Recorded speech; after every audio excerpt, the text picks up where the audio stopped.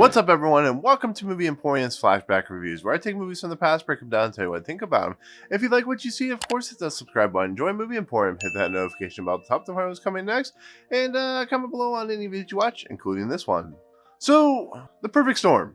It's a movie that, of course, stars George Clooney and Mark Whalberg and John Hawkes and John C. Reilly and William Fichtner. And it's a story about the Andrea Gail. And it's a story about the fishermen on the last voyage of the Andrea Gail during what is considered a very high-profile hurricane. You know, this time of year that this movie's set in, hurricanes are very common. And it's about the last ride, about these guys who are basically... They went on a fishing trip to catch these swordfish, and they didn't make a lot of money off of it. They're basically, the owner of the Andrea Gail is played by Michael Ironside, and he kind of is not a good person in this movie. Michael Ironside seems to play those types of characters in these movies, and he basically almost pressures Billy Tyne, who is played by George Clooney, into going on another fishing trip, which is what they do. And it's sad because the Andrea Gail never came back. Every character in this movie, unfortunately, that went on that fishing trip died. And this is the kind of Hollywoodization storytelling of what possibly happened to the Andrea Gail, even though nobody really has any idea because the ship sunk and they couldn't find it. And I enjoyed this movie immensely when it first came out. This movie came out 20 years ago in 2000, so I was not yet 20 or 21 or whatever. So my ideas of movies and my love for movies has dramatically changed throughout the years. This movie, in essence, is a summer action film, but the dramatic tension, the dramatic core is lost in translation a lot of times in this movie, and I'll get into why that is in a couple minutes. But this movie, of course, is directed by Wolfgang Peterson, who I consider a really fantastic action director and director, period. He's done stuff like Das Boot. He's done stuff like Air Force One. So he does these great, action films that not necessarily have a lot of, humanity behind them and a lot of character growth. I mean, look at Air Force One.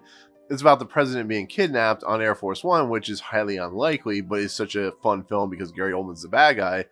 And I enjoy what Wolfgang Peterson is doing in this, at least in this movie. The action, the visual effects are good. They are a little dated for its time, but it's an entertaining movie. And the fact it's 20 years old, once again, it just proves that time goes quickly. But this movie, which is based off the book by Sebastian Junger, it made $165 million. I think it was like $165 to $185 million in the States and a couple $100 million worldwide. So it was a huge financial success, especially for 2000. It just has so many moving parts that it just kind of completely falls apart.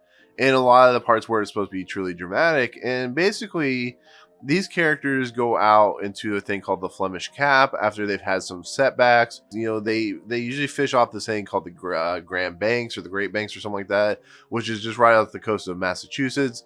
We have a character who's played by Mary Elizabeth Mastrantonio, who has had a lot of luck recently, and she is, almost in competition, as well as being kind of like a love romantic interest to Billy Tyne's George Clooney character.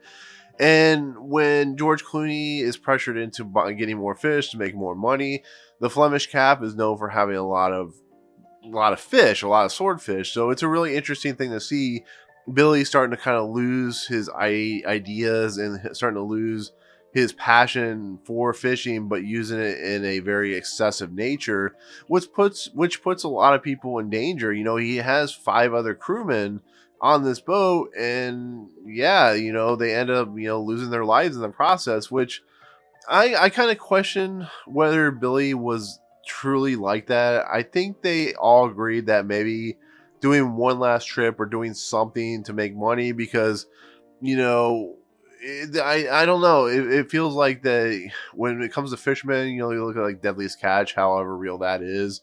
People have a passion for fishing. People have a passion for, going out there and catching fish and making money. It's a very lucrative business. And I think in this last voyage that they went on, I think they were all very passionate about it. Whether, William Fichtner was actually, his Sully character was actually brought in because one of the crewmen wanted to leave, I don't know. I didn't read the book, but it really feels like they added a lot of dramatic tension into this movie that didn't need to happen. You know, you have John C. Reilly, who has a son and an ex-wife, and his ex-wife, of course, slept with the Sully character, so that leads into a lot of crazy dramatic tension between the two, and there's a lot of infighting. And of course, there's resolution because John C. Reilly's hand gets hooked with a hook, and he gets thrown out to sea, and Sully saves him. There's a lot of angerness for Billy's character. He pressures in a lot of weird ways to get these guys on the boat. Mark Whalberg, who plays Bob, is really in love with a woman who's played by Diane Lane. His mother runs a bar, which is actually true, and it's just the way the movie plays out. I don't know. I've come to not like this movie as much as I used to. It's really weird. And on top of that, the dialogue in this movie is awful. There's some weird stuff in this movie, like weird moments where it feels like, people are talking like weird stilted character moments and character arcs. Yeah, I like these characters, I especially like John Hawkes in this movie, who just wants somebody to see when he comes off the boat, and he eventually gets that person, but he dies before he even gets to have a relationship with this woman who has a couple kids. But I don't know. I mean, I'm sitting here watching this movie because I wanted to rewatch it because it's been a while. And maybe it's looking on a lens from a critiquing standpoint, but you almost have to go into this movie with your brain turned off, because when they're fishing, it's fun, it's energetic, it's emotional, it's heart-wrenching because of your heart pumps and stuff like that. But when the dramatic stuff, like the stuff between Mark Wahlberg and Diane Lane, it doesn't work for me at all. It feels very like there's no chemistry there, even though they're like much in love. Just the infighting, just the pressurization from Billy. I don't know. I really was kind of put off by this movie. And on top of that, Christopher McDonald plays the weatherman in this movie, and he's talking about the perfect storm, and apparently they're categorizing it as a category 5, and that didn't really happen in this. The actual reality of what happened, it was more of a category 2. But once again, you're doing the Hollywoodization of a movie and ramping up the dramatic tension, and you're getting this perfect storm, as they call it, when all these fronts kind of converge into one, creating this really powerful storm that does a lot of damage. And I don't know. I mean, it's almost like you're running into Twister territory, where you're having like everything's just collapsing into one, making this perfect scenario.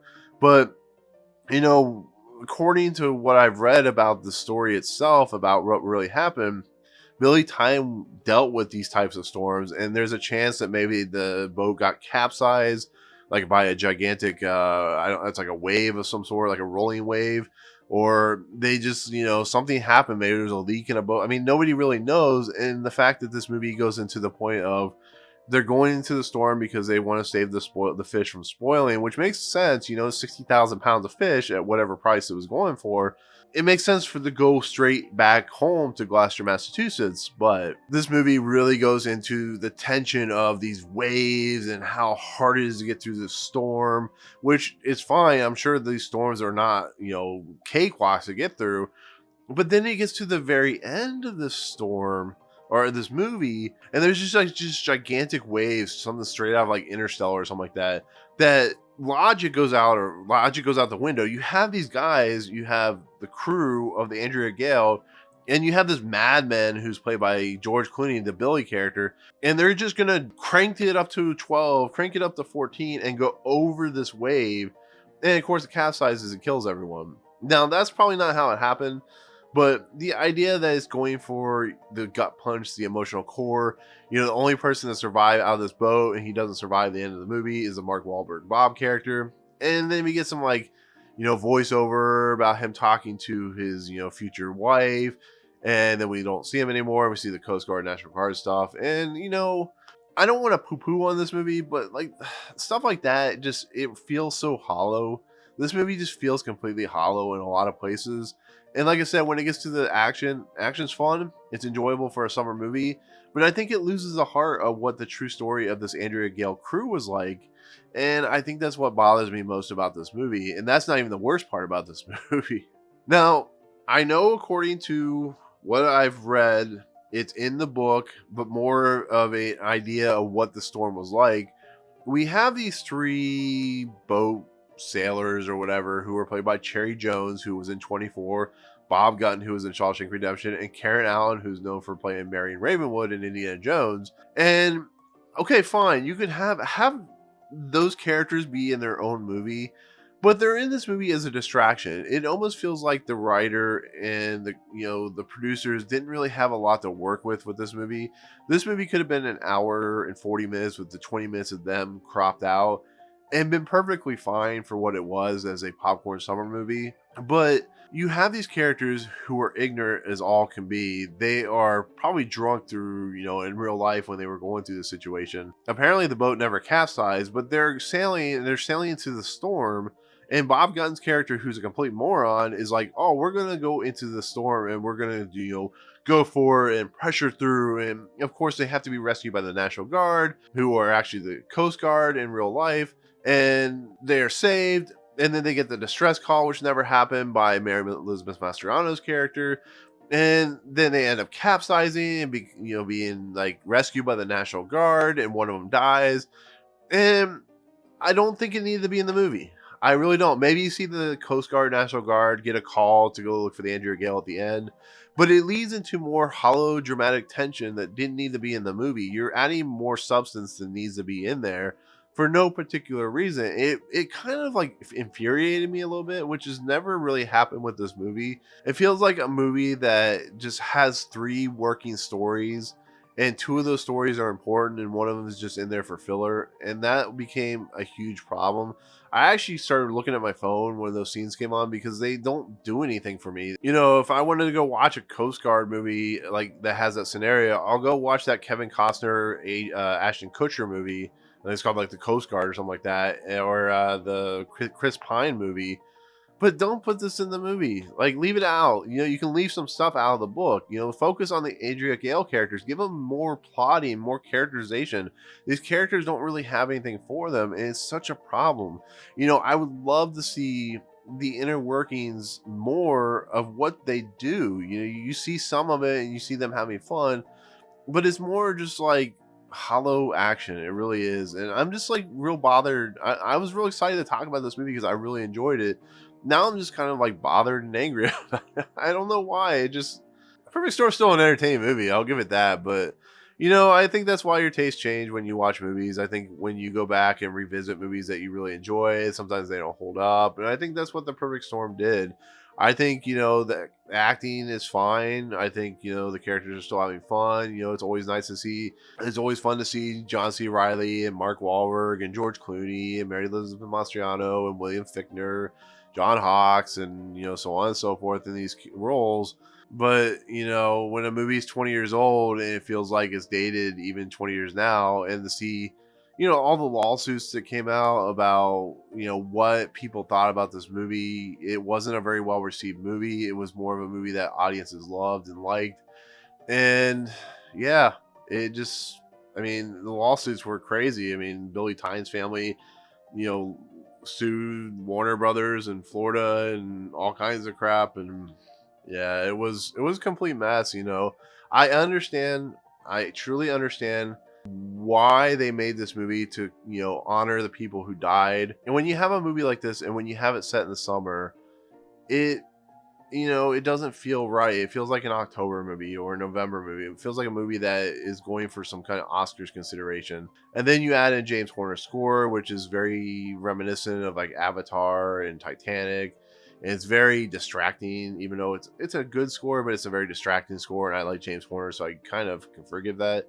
But yeah, Perfect Storm is just not a very good movie anymore. It has its problems, a lot of problems, and just doesn't feel like a cohesive whole when it needs to. When things happen, you just kind of wonder why sometimes, when they're trying to go past the actual history and make it revisionist history and what they feel, what happened, it doesn't feel like it's respected, I guess you could say. So there you go. But that's it. That's my unfortunate take of The Perfect Storm. Like I said, sometimes when I do these flashback reviews, not every review is going to be positive.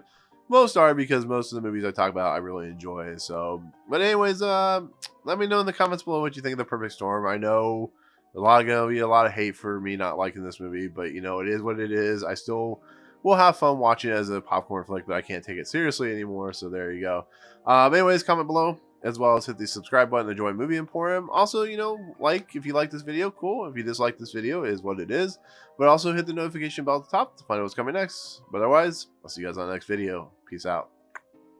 What's up, guys? Thank you so much for checking out Movie Emporium. I really appreciate it.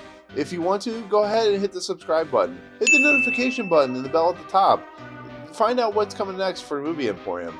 Also, check out these 2 videos. They're amazing. I think they're awesome. I think you'll enjoy them too. But otherwise, thank you so much for watching, guys. We'll see you next time.